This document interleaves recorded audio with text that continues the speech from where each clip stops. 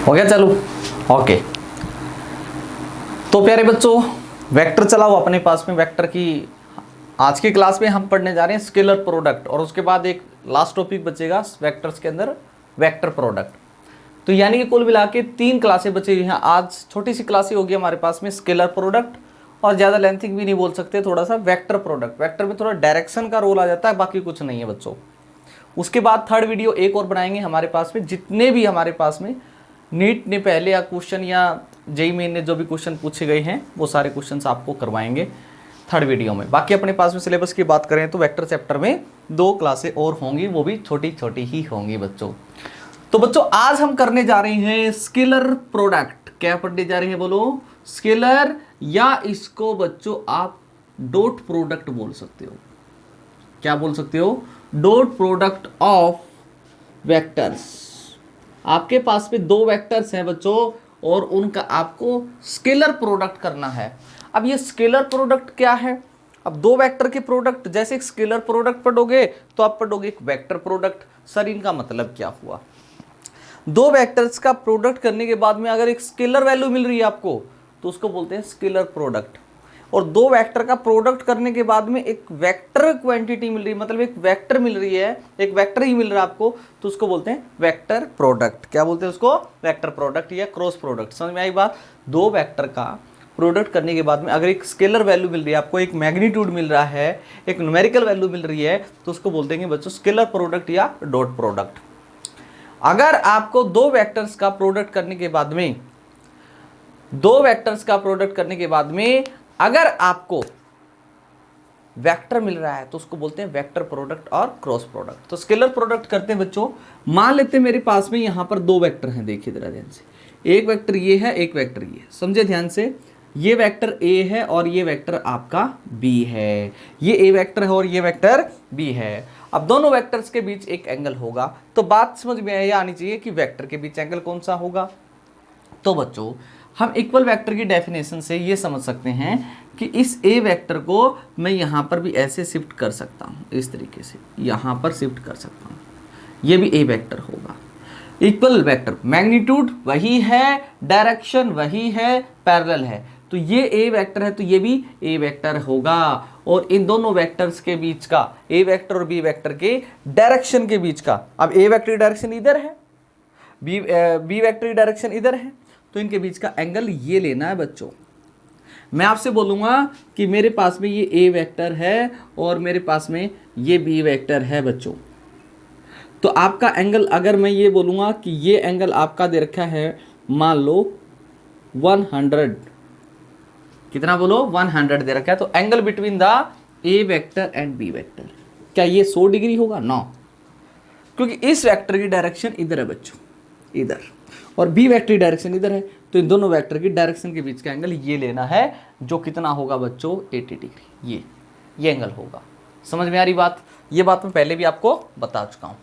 खैर 2 वेक्टर हैं, ए वेक्टर ए, एक वेक्टर बी है। दोनों वेक्टर के बीच का एंगल अगर आपको थीटा दे रखा है, तो इन दोनों वेक्टर्स का बच्चों जो स्केलर प्रोडक्ट होता है या जो डॉट प्रोडक्ट होता है, इन दोनों वेक्टर्स का जो स्केलर प्रोडक्ट होता है या जो डॉट प्रोडक्ट होता है, ए डॉट बी, उसको लिखा जा सकता है mod of a vector into mod of b vector cos theta into cos theta. अब थीटा समझ गए? थीटा क्या है बताइए मेरे को? ये एंगल है, किसके बीच का एंगल है? Between the a vector and a b vector. तो 2 वेक्टर्स का डॉट प्रोडक्ट का formula a b cos theta, where ये क्या है? ए वेक्टर का मैग्नीट्यूड, ये क्या है? बी वेक्टर का मैग्नीट्यूड है बच्चों। क्लियर है? सिंपल। अब आपसे मैं कहता हूं, मान लो हमारे पास में कि दोनों के दोनों वेक्टर पैरेलल होते। अगर दोनों वेक्टर पैरेलल हो जाएंगे तो इनके बीच एंगल कितना हो जाएगा बच्चों? पैरेलल है तो 0। कितना हो जाएगा? 0। अगर 0 हो गया मीन्स ये ए वेक्टर है और ये आपका जो बी वेक्टर है, अगर ये पैरेलल है तो a vector dot b vector को क्या लिखा जाएगा बच्चों? ए का मैग्नीट्यूड, बी का मैग्नीट्यूड कॉस थीटा, थीटा 0 हो गया, कॉस 0 1 होता है, तो a vector dot b vector is equal to हो जाएगा ए का मोड इंटू बी का मोड, मतलब ए का मैग्नीट्यूड इंटू बी का मैग्नीट्यूड। अब ए लिखूं या मोड ऑफ ए वेक्टर लिखूं, बात एक ही है। बी लिखूं या मोड ऑफ बी वेक्टर लिखूं, बात एक ही है बच्चों। क्लियर है ना? अच्छा, दूसरी बात, अगर हमारे पास में थीटा इज इक्वल टू 180 है, मतलब a vector and b vector अगर एंटी पैरेलल हैं बच्चों, ये बात ध्यान में रखेंगे, तो उस टाइम पर a vector dot b vector को क्या लिखा जाएगा, is equal to a vector का मोड बी वेक्टर का mod cos of theta. Cos 180 value होती है बच्चों -1, तो उस टाइम पर a vector dot b vector की वैल्यू आ जाएगी -1 रखोगे तो minus of a b, minus of a b. Clear है? समझ आ रहा है? समझ में आया? तो अगली बात, अब एक बहुत ही इंपॉर्टेंट केस होता है बच्चों, वो ये होता है कि अगर दोनों वेक्टर परपेंडिकुलर हो, अगर दोनों वेक्टर कैसे हो, परपेंडिकुलर, मीन्स तीसरा केस ये है, अगर theta is equal to 90 degree, मतलब a vector is perpendicular to b vector, तो उस टाइम पर a vector dot b vector किसके इक्वल होगा बच्चों, तो हो जाएगा ए का मैग्नीट्यूड बी का magnitude cos theta, theta is 90 और कोस 90 की वैल्यू बच्चों 0 होती है, तो ये पूरा ही फैक्टर 0 हो गया, तो a vector dot b vector कितना हो जाएगा उस टाइम पर 0, कितना होगा 0।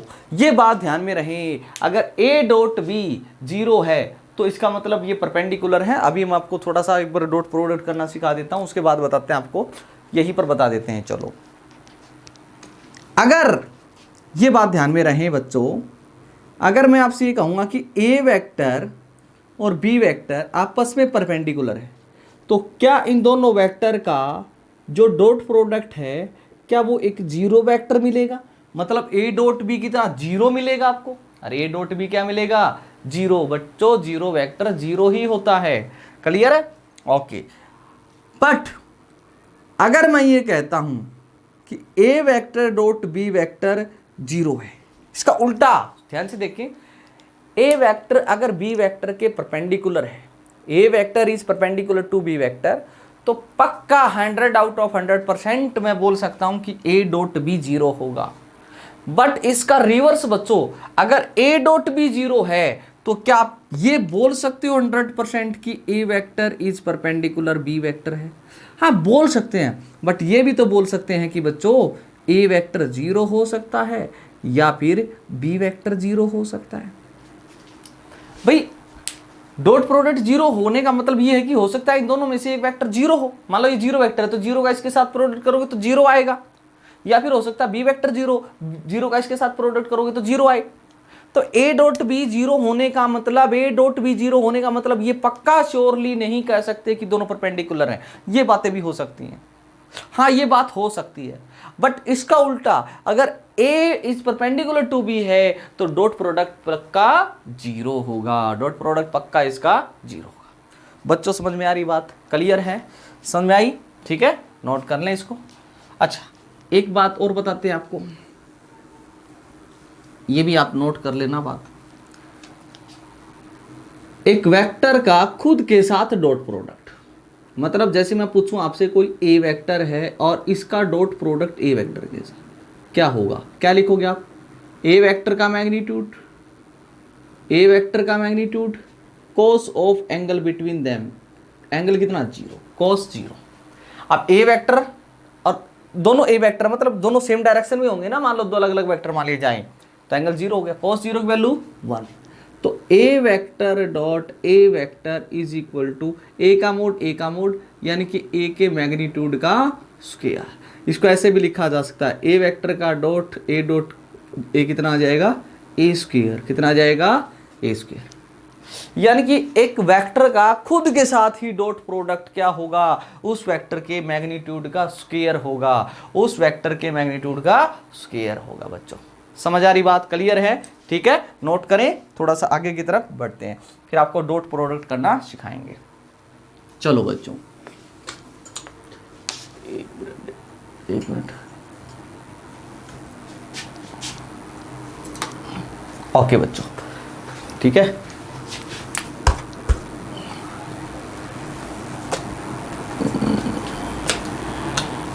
चलो नेक्स्ट,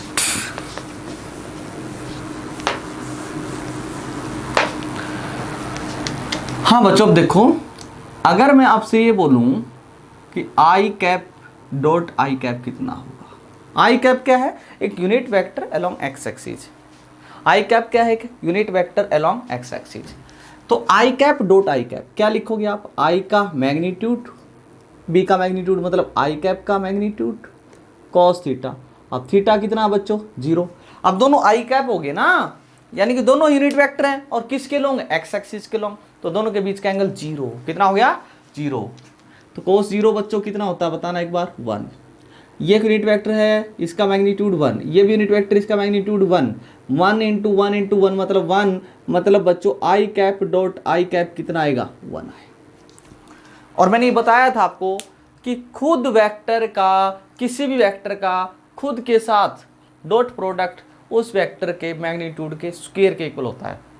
अब आई कैप डॉट आई कैप है, दोनों सेम वेक्टर हैं, इस वेक्टर का खुद के साथ ही डॉट प्रोडक्ट यानी कि इस आई कैप के मैग्नीट्यूड के स्क्वायर के बराबर होगा।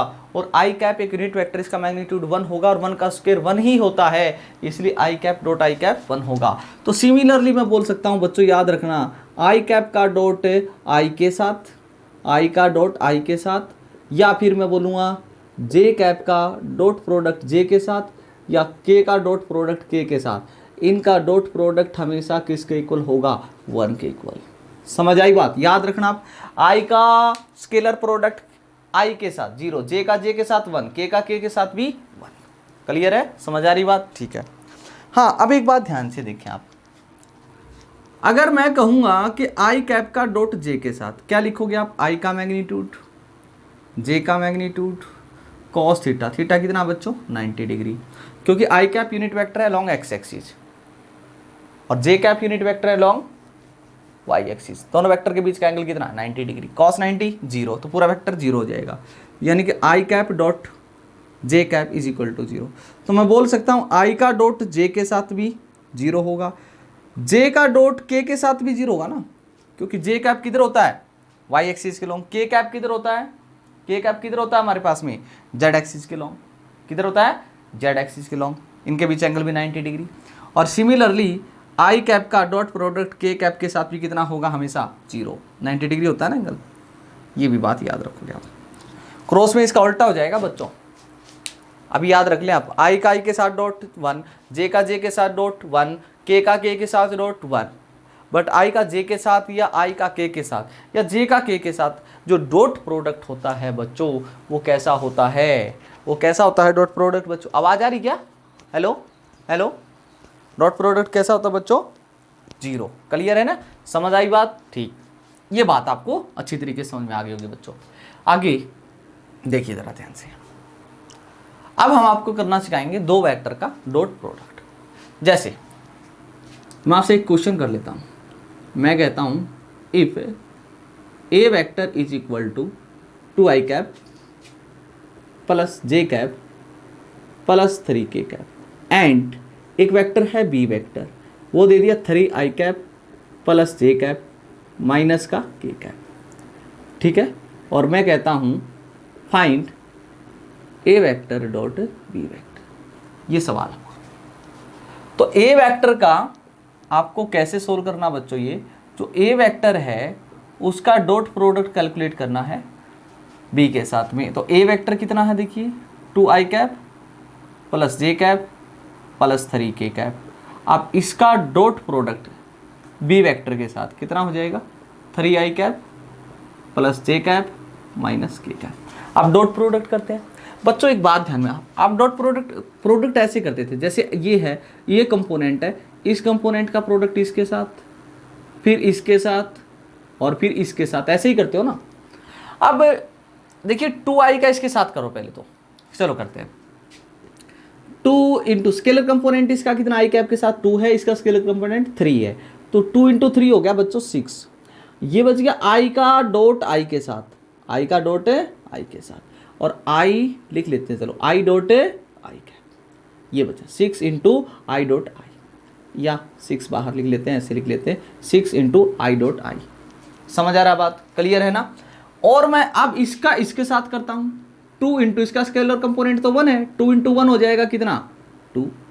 अब ये हो जाए आई का डॉट किसके साथ, आई का डॉट जे के साथ, फिर इसका इसके साथ +2 और इसका यहाँ पर -1 है तो -2 आई का डॉट के साथ, आई का डॉट के साथ। तो आपको इस कंपोनेंट का प्रोडक्ट इन तीनों के साथ करने की कोई जरूरत नहीं है, क्योंकि मैं आपको बता चुका हूं आई डॉट जे कितना होता है, आई डॉट जे 0 होता है, आई डॉट के कितना होता है, आई डॉट के होता है 0। ये आपको लिखने की जरूरत ही नहीं है बच्चों, आपको सिर्फ ये लिखना चाहिए, क्योंकि आई के साथ डॉट आई के साथ कितना होता है 1 होता है। समझ आई बात। अब देखिए, अब इसका तो हो गया, अब किसका प्रोडक्ट करेंगे, इसका। अब जे कैप का आई कैप के साथ करने की कोई जरूरत नहीं हमें, सीधा जे कैप का जे कैप के साथ, ना तो के कैप के साथ करेंगे ना आई के साथ करेंगे, क्योंकि जे का आई के साथ डॉट प्रोडक्ट कितना होगा 0, क्योंकि इनके बीच एंगल 90 डिग्री होता है। जे का के साथ भी 0, हाँ जे का जे के साथ हो सकता है। इसका स्केलर कंपोनेंट 1 है, इसका भी 1 है, तो 1 इंटू 1 1 हो गया, अंदर क्या बचा जे कैप डॉट जे कैप।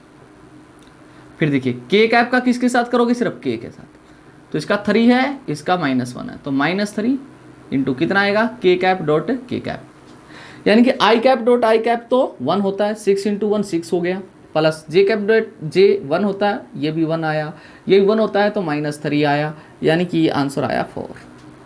कितना आया 4। समझ आई बात।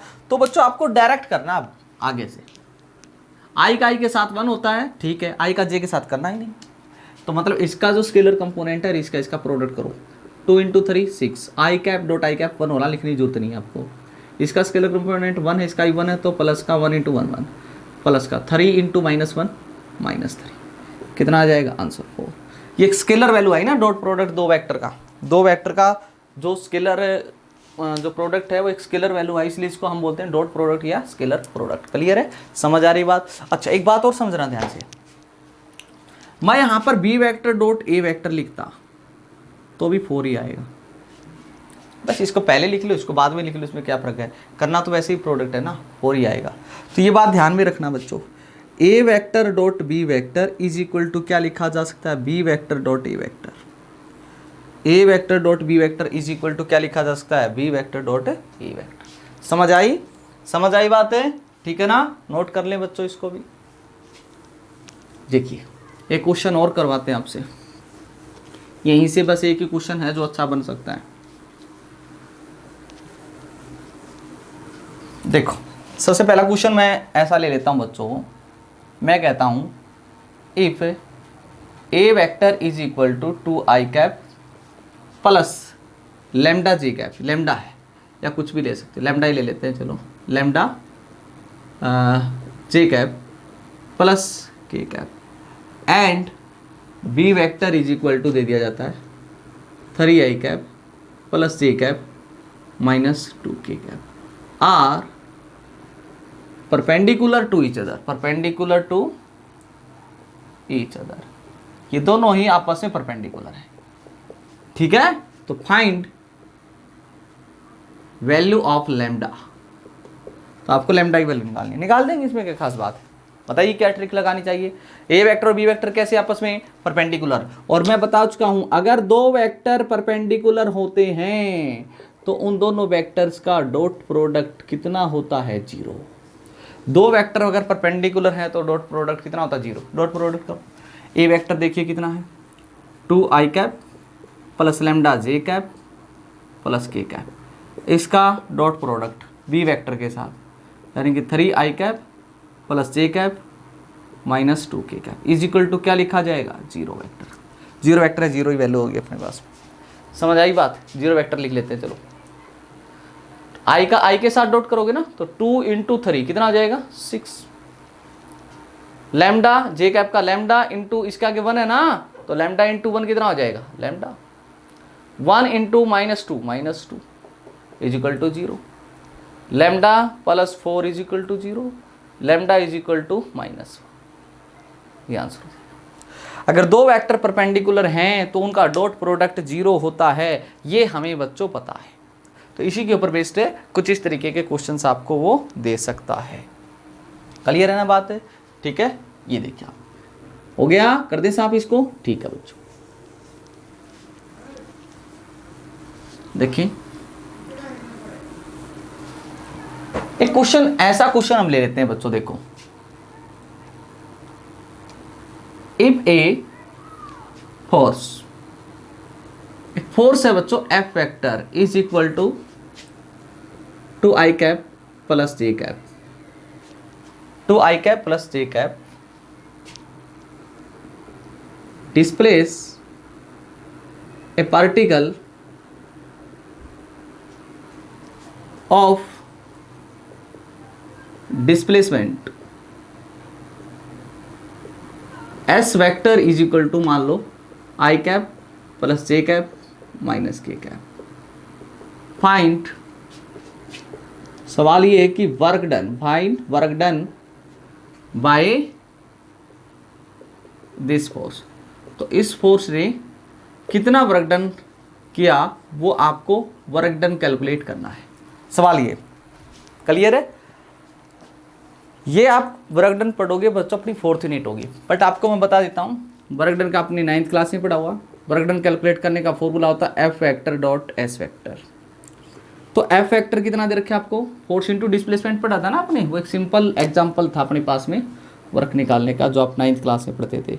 अब ये फॉर्मूला याद रखोगे आप वर्क डन का, f vector dot s vector, two i cap plus j cap, इसका डॉट प्रोडक्ट एस वेक्टर के साथ कितना, i cap plus j cap minus k cap.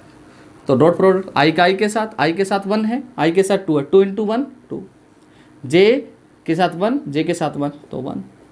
यहाँ पर के है ही नहीं, यहाँ पर माइनस के साथ कितना -1, यहाँ पर के साथ 0 है नहीं, तो 0 का उसके तो कोई जरूरत नहीं है। तो वर्क डन की वैल्यू कितनी आई आपके पास में, 3 जूल। बच्चों कितना वर्क डन आया, 3 जूल। तो आपने कितना वर्क डन किया बच्चों, 3 जूल वर्क डन किया है। समझ में आई बात? क्लियर है? ठीक है, ओके, नोट करो बच्चों इसको भी जल्दी से। Okay,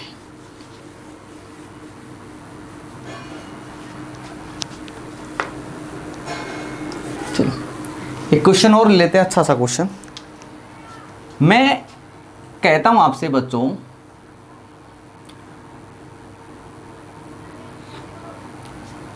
if sum of two unit vectors, क्या कह रहे हैं, if sum of two unit vectors is a unit vector,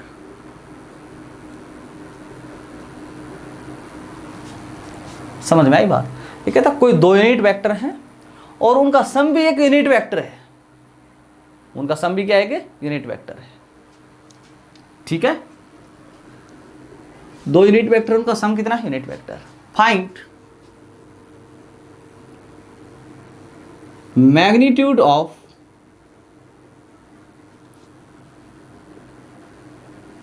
difference of this 2 vectors. तो आपको मैग्नीट्यूड फाइंड आउट करना है बच्चों, किसका, उन दोनों यूनिट वेक्टर के डिफरेंस का, जो डिफरेंस आएगा उसका मैग्नीट्यूड। अब देखें कैसे, मैं आपसे कहता हूं, लेट कर लेते हैं। एक तो मान लेता हूं A1 कैप एंड एक मान लेता हूं A2 कैप। 2 यूनिट वेक्टर हैं, दोनों कैसे हैं, यूनिट वेक्टर्स। अब इनका दोनों का सम एस मान लेता हूँ, एस मतलब सम है, एस का मतलब सम। इन दोनों का सम कितना मान लेता हूँ, सम कितना हो जाएगा, A1 कैप A2 कैप, ये हो जाएगा सम। ये कहते हैं इन दोनों वेक्टर का जो सम है वो भी एक यूनिट वेक्टर है, वो भी क्या है कि यूनिट वेक्टर, दोनों का सम भी क्या है कि यूनिट वेक्टर है बच्चों, ये बोल रहा है। चलो अच्छी बात। तो आपको सम भी एक यूनिट वेक्टर है और आपको इन दोनों वेक्टर का जो डिफरेंस आएगा A1 cap minus A2 cap, जो डिफरेंस है वो जरूरी थोड़ी यूनिट वेक्टर हो, तो वो कोई वेक्टर हो सकता है। तो इस वेक्टर का मैग्नीट्यूड फाइंड आउट करना, ये मोड फाइंड आउट करना। क्वेश्चन समझ में आया? क्लियर है? पहले तो क्वेश्चन समझना जरूरी है। ये कहता है कि कोई दो यूनिट वेक्टर हैं बच्चों हमारे पास में, और दोनों यूनिट वेक्टर का जो सम है, जब सम करोगे तो वो भी एक यूनिट वेक्टर ही आएगा, वो भी क्या आएगा, एक यूनिट वेक्टर आएगा। अब मैं कहता हूँ find the magnitude of difference of this two vectors, और वो दोनों यूनिट वेक्टर जो उनका डिफरेंस का मोड फाइंड आउट कीजिए, दिस वैल्यू फाइंड आउट करनी है। पहले मैं आपको एक बात बताता हूँ, सुनो ध्यान से, ये बात नोट कर लेनी है बच्चों कहीं पर आपको। A vector dot plus b vector का मैग्नीट्यूड का स्क्वायर क्या होता है? ये होता है बच्चों हमारे पास में a vector plus b vector dot a vector plus b vector. क्योंकि मैंने एक बात बताई थी आपको, कोई एक वेक्टर उसका खुद के साथ, किसी वेक्टर का खुद के साथ डॉट प्रोडक्ट उस वेक्टर के मोड के स्क्वायर के बराबर होता है। अब ए प्लस बी एक वेक्टर है, उसी के साथ डॉट प्रोडक्ट, तो इस वेक्टर यानी कि ए प्लस बी वेक्टर के मोड के स्क्वायर के बराबर होगा। तो यहाँ से बच्चों a vector plus b vector का जो मोड का होल स्क्वायर हो किसके बराबर आएगा, करके देखते हैं। इसका इसके साथ डॉट प्रोडक्ट करें आप, ए का ए के साथ। अब ए वेक्टर का डॉट प्रोडक्ट ए वेक्टर के साथ, अब इसका इसके साथ करो प्लस में, ए वेक्टर का डॉट बी के साथ, a vector dot b vector. अब बी का इसके साथ करोगे तो प्लस का b vector dot a vector, plus b vector का डॉट बी वेक्टर के साथ कर दिया। तो बच्चों a vector plus b vector का मोड का स्क्वायर जो आया वो कितना आया? ए वेक्टर डॉट ए वेक्टर क्या होता है? ए वेक्टर के मोड का स्क्वायर होता है। मैं बताया था किसी वेक्टर का खुद के साथ डॉट प्रोडक्ट उस वेक्टर के मोड का स्क्वायर प्लस, और मैंने ये बताया था कि ए डॉट बी और b dot a same value होती है, a dot b is equal to b dot a, तो ये हो जाएगा, इनका सम करोगे तो a vector dot b vector plus में कितना आया? बी वेक्टर का मोड का स्क्वायर। ये तो कुछ वैसा ही फॉर्मूला बना जैसे कि ए प्लस बी का होल स्क्वायर का फॉर्मूला बनता था, A square plus B square plus 2 A dot B आएगा, ये फॉर्मूला आएगा। क्लियर है, समझ आई बात? सिमिलरली मैं पूछूं आपसे ए वेक्टर माइनस बी वेक्टर का मोड का स्क्वायर किसके बराबर आएगा? दिखाई दे रहा? कैलकुलेट कर लोगे कितना आएगा बोलो? ए वेक्टर का मोड का स्क्वायर प्लस बी वेक्टर के मोड का स्क्वायर माइनस का 2a dot b, minus 2a dot b. समझ में आई बात? क्लियर है? ठीक है बच्चों, इसको नोट जरूर कर लो बच्चों। अब सवाल करते हैं। नोट हो गया? कर दे साहब? ठीक, ओके। देखो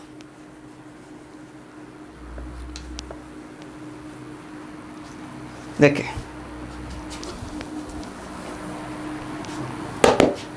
अब पहले इस बात को समझते हैं। इस बात को क्या मैं आपसे ये चीज़ निकालनी है, ठीक है, अच्छी बात, बाद में देखते हैं इसको। ए सम यूनिट वेक्टर क्या है? मैं बोलूँ इसका यानी कि is equal to A1 cap plus A2 cap, दो यूनिट वेक्टर थे, इनका मोड का स्क्वायर लिखना चाहिए हम तो, मोड का स्क्वायर तो कितना आएगा? ए का क्या लिखोगे?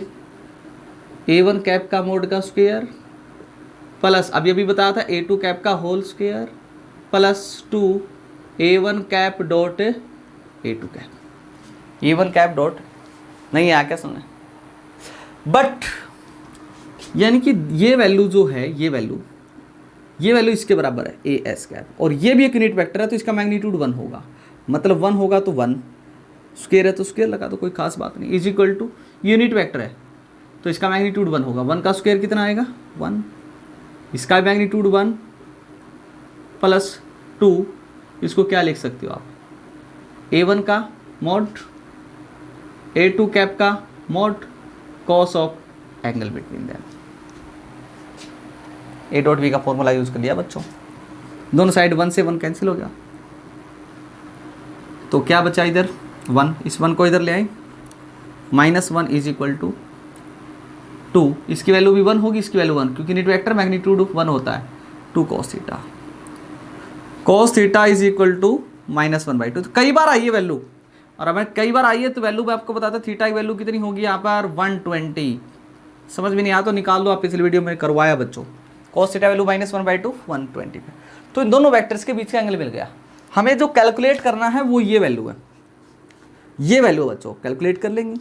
मतलब आपको कैलकुलेट करना है इन दोनों वेक्टर्स के डिफरेंस का मैग्नीट्यूड कैलकुलेट करना, मतलब ये वैल्यू निकालनी है। तो आप पहले ये निकाल दीजिए स्क्वायर, मतलब a1 cap minus a2 cap के मोड का स्क्वायर निकालो। फॉर्मूला बोलो, a1 कैप का स्क्वायर प्लस a2 कैप का मोड का square minus 2a1 cap dot a2 cap. अब ये वैल्यू निकालनी है तो इसको लिखा मैंने ad कैप का, ad कैप थोड़ी होगा ये, कोई ad वेक्टर है, यूनिट वेक्टर थोड़ी है, कोई वेक्टर होगा इनका सम का square is equal to a1 1 का स्क्वायर 1, ये यूनिट वेक्टर मैग्नीट्यूड 1 का स्क्वायर 1 माइनस 2। अब इसको क्या लिखा जा सकता है, a1 का मोड a2 का मोड cos थीटा। थीटा कितना है दोनों वेक्टर के बीच का, ये तो पता ही आपको। a1 कैप और a2 कैप के बीच का एंगल कितना है 120। cos 120 की वैल्यू कितनी होती है, माइनस का 1/2। ये वैल्यू रख देते हैं यहाँ पर। तो डिफरेंस इन दोनों के डिफरेंस का मोड का जो स्क्वायर आया, मतलब मैग्नीट्यूड का स्क्वायर आया 2 माइनस 2, इसका मैग्नीट्यूड 1 यानी कि 1 इसकी वैल्यू कितनी है -1/2। 2 से 2 कैंसिल हो गया, माइनस माइनस +1 हो गया। तो हमारे पास में इनके डिफरेंस का स्क्वायर की वैल्यू आई बच्चों 2 + 1 3। 2 + 1 3। क्या आपको दिखाई दे रहा बच्चों, ठीक है दिखाई दे रहा, ठीक है। यहाँ पर लिख देता हूँ। तो इन दोनों वेक्टर के डिफरेंस करने के बाद जो वेक्टर मिला और उस डिफरेंस का जो मैग्नीट्यूड है बच्चों वो आया √3। स्क्वायर को उधर ले जाए ना, स्क्वायर रूट हो जाएगा। तो ये ही आपका आंसर था। समझ आया क्वेश्चन समझ में आया बच्चों? नोट कर लें जल्दी से, इसको नोट करें। तो ये था बच्चों आपके पास में स्केलर प्रोडक्ट, डॉट प्रोडक्ट, दो वेक्टर्स का डॉट प्रोडक्ट यानी कि स्केलर प्रोडक्ट। आशा करते हैं आपको अच्छी तरीके से समझ में आया होगा बच्चों। अगर अच्छी तरीके से समझ में आया तो बच्चों वीडियो को लाइक, सब्सक्राइब और शेयर ज़रूर कर दें, ठीक है ना। तो आज पहली बार शायद मैंने ये बात कही होगी आपको, पहले कभी नहीं की है, ठीक है ना। तो इसलिए कह रहे हैं ताकि हमारा भी कुछ कॉन्फिडेंस बने, मतलब ठीक है ना, कुछ रिजल्ट दिखाई देगा तभी तो कॉन्फिडेंस बनेगा, ठीक है भाई। चलो आज के लिए इतना ही रखते हैं बच्चों। ऑल दी बेस्ट, पढ़ते रहिए। थैंक यू, धन्यवाद।